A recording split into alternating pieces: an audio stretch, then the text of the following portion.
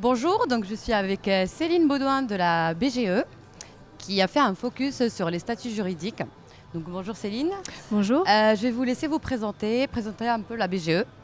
Donc je suis Céline Baudouin, responsable de l'innovation pédagogique à BGE Atlantique Vendée. Donc on fait l'accompagnement des entrepreneurs en formation ou en accompagnement individuel depuis l'idée jusqu'au développement. D'accord, très bien. Et lors de Focus, vous avez abordé pas mal de statuts juridiques. Donc, pour des entreprises qui veulent se lancer dans le domaine culturel, quels sont le meilleur statut juridique? Est-ce qu'il y a un statut juridique idéal? Alors la question du statut juridique idéal est une vraie question et c'est souvent la première que les entrepreneurs que nous accompagnons peuvent avoir en tête. Ce qui nous intéresse, nous, c'est d'aider la personne à s'interroger sur quels sont les bons critères de choix d'un statut juridique. Ça, c'est vraiment quelque chose qui nous paraît essentiel. Est-ce que je vais démarrer seul ou à plusieurs? Est-ce que je vais avoir beaucoup d'investissements au démarrage ou pas? Est-ce que j'ai du patrimoine à protéger? Est-ce que mes clients vont être sensibles à un certain statut en termes d'image, en termes de réassurance?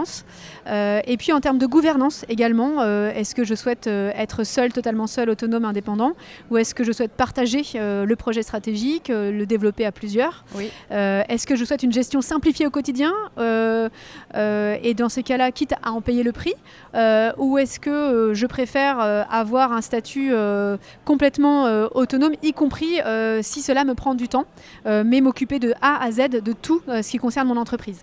D'accord, ok. Et ils ont tendance à s'orienter vers les associations, mais il y a aussi de nouvelles formes juridiques qui sont un peu à la mode, comme les SCOP et tout ça. Est-ce que vous pouvez nous dire davantage sur ces nouvelles formes d'entreprise? Effectivement, l'association est historiquement est le statut juridique le plus plébiscité par les entrepreneurs culturels et artistiques. Je trouve que ça pose toujours la question de la gouvernance. Qui pilote vraiment le projet? Est-ce que c'est le président, la présidente? Auquel cas, quid du modèle économique et de la possibilité de se salarier dans cette activité? Donc d'avoir une rémunération décente tout en restant le pilote. Ça, c'est vraiment la question clé. Et puis, qui dit association, dit projet collectif et projet qui intègre des utilisateurs. Et également, souvent, ce statut associatif a un double impact à la fois sur le financement, donc la possibilité de recevoir des subventions de la part des collectivités, et également de ne pas forcément être fiscalisé.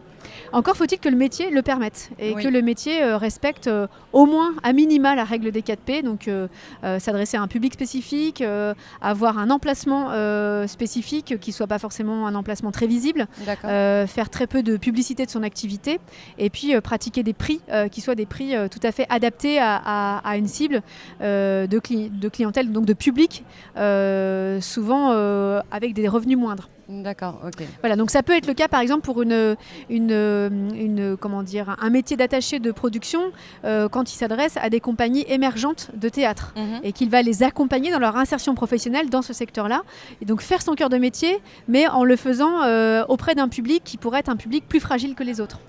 Ça devient plus compliqué de défendre le modèle associatif et ne serait-ce que de le combiner avec le régime de l'intermittence. Là, on a aussi une des limites du régime associatif dans le secteur culturel, c'est le cumul possible avec l'intermittence. De spectacle. D'accord, ok.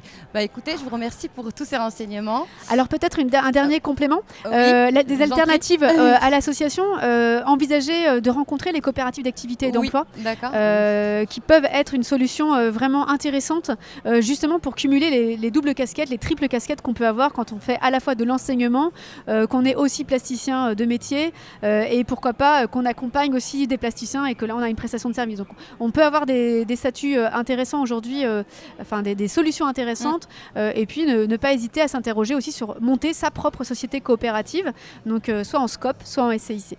D'accord. De toute façon, en fait, je pense que vous êtes joignable à la BGE. Donc, pour avoir des renseignements, vous restez disponible pour des consultations qui sont, j'imagine, gratuites. Le premier rendez-vous diagnostic est intégralement financé par nos partenaires pour permettre de faire le point sur les besoins du projet, quitte à réorienter vers des structures vraiment spécialisées dans le domaine ou continuer l'aventure avec nous, on en serait ravis. D'accord. Voilà. Je vous remercie, Céline.